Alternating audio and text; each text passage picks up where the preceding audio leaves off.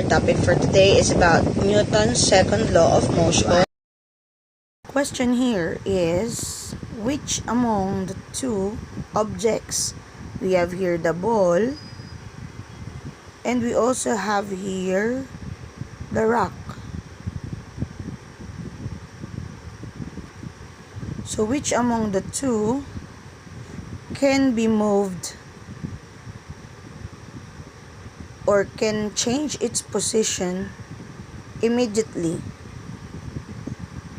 As you can see, there are boys pushing a ball right here at your left, and there are two boys pushing a rock on the right.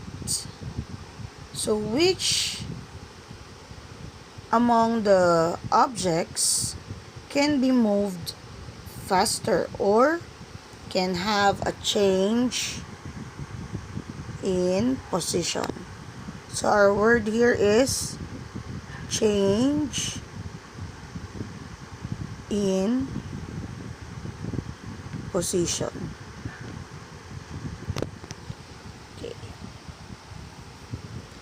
Which can have a change in position easily, or which can have a great change in position? Is it A or is it B? Is it the ball or is it the rock?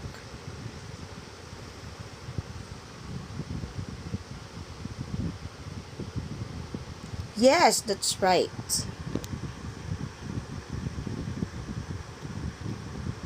The object that can have a greater change in position is what? Is the ball. Why do you think that the ball can have a greater chance to change position? Why is it the ball?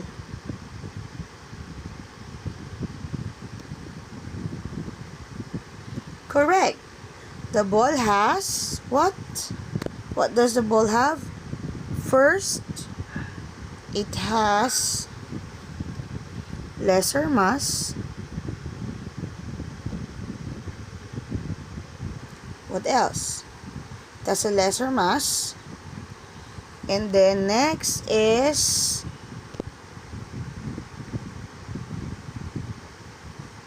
lesser mass, so it could have a much lesser inertia. That is why it is connected to the first law of motion also. So the ball can be easily change its position, or anybody can change its position immediately because of first, lesser mass, and because it has a lesser mass, it has a lesser inertia. So why are we talking about this? So because we are now going to discuss about what? We'll be discussing about the second law of motion. What is the second law of motion?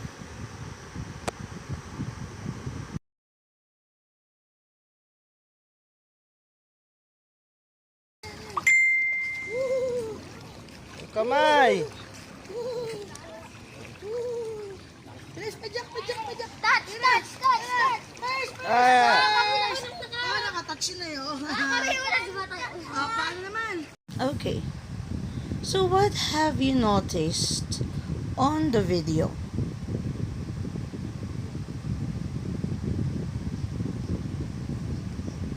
Okay. One is that there are children swimming around.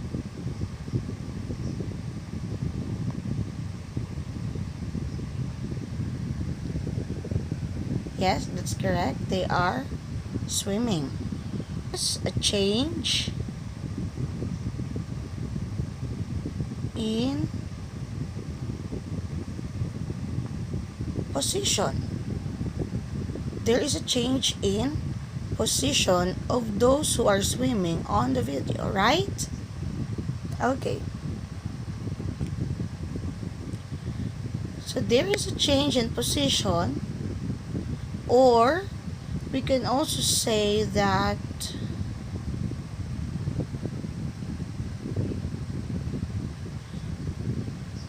there is a change in position. So in our formula, the mathematical equation for acceleration is force equals mass times acceleration, wherein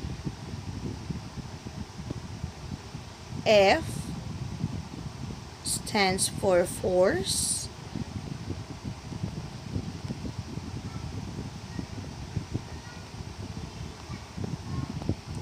M stands for mass, small letter M, big letter F, and lastly,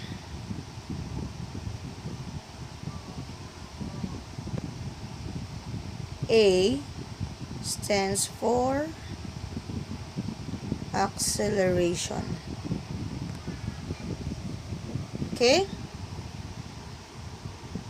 Or if you want to know, sometimes there are problems that mass is being asked, or there are sometimes that acceleration is being asked. So you can have it like this. You can draw a triangle like that.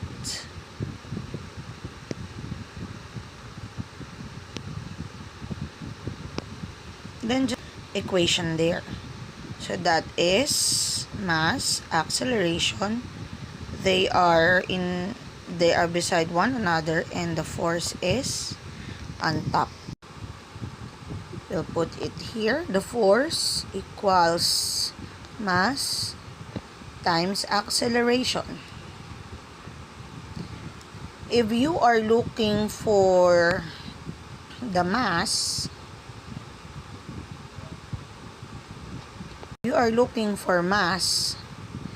then that will be mass equals force divided by acceleration. Okay? But if you are looking for acceleration, that would be acceleration equals force divided by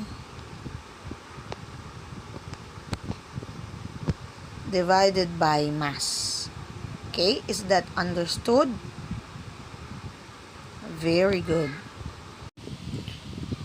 We have a sample problem here. A boy pushes a 2-kilogram box. How much force is required to accelerate it to 5.0 meter per second? So we are looking for the force.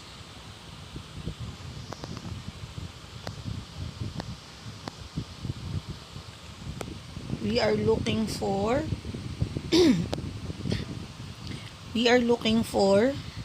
the force here. So force is equals to mass times acceleration. So what are the given? What are our given here?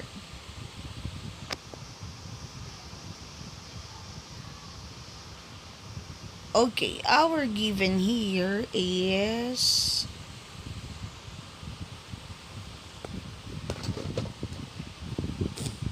the given factor here is, yes, we have the mass, and we also have the acceleration. So by the way, is acceleration, the standard unit is meter per second squared. So our standard unit for acceleration is meter per second square. So for us to get the force, we need the formula of force or net force equals mass times acceleration.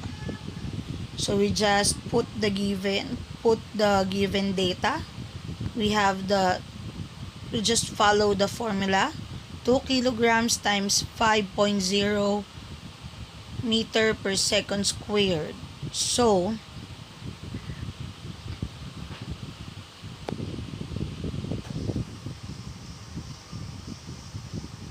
just multiply it. We have 2 times 5, that is 10. Okay. Where did we get this Newton? So Newton is the standard unit for force. Newton. Or big letter N. Yan ang standard unit ng force kapag nagsama na si kilogram meter per second squared. So once that the mass and acceleration has joined together, it is now the totality of the force applied to an object. Okay? So you may now proceed with what I can do, the problem solving. Solve it as I taught you how to solve it and how to get or derive the formulas. I hope you enjoy our lesson. I hope you learned something from it today. And if you have any question, just chat me, okay? Goodbye for now, grade 8.